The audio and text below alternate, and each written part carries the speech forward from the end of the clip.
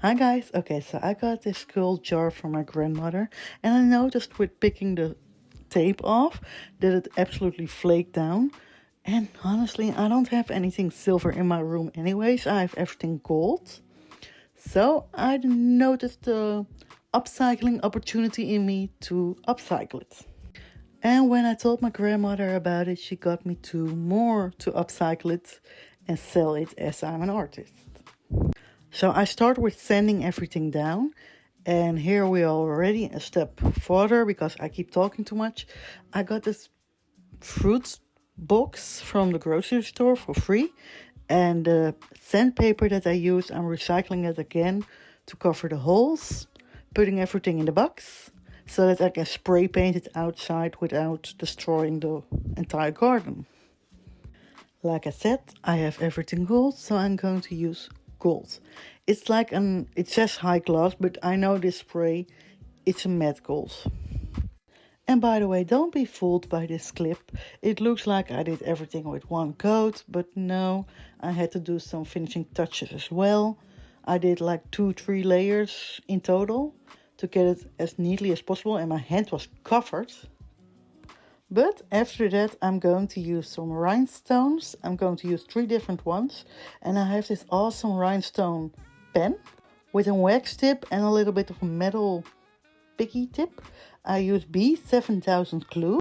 And this glue especially is perfect for me because it has this little pipe. And the cap also has this little pipe. So it doesn't get clogged. Like all my glue gets clogged, this one doesn't.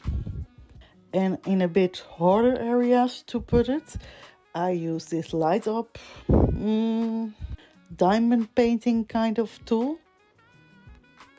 With rhinestones you can use diamond painting tools, and those are most of the time easier and cheaper. Here I will show you how easy it is to pick a rhinestone up and how easy it is to put it down again with the wax tip.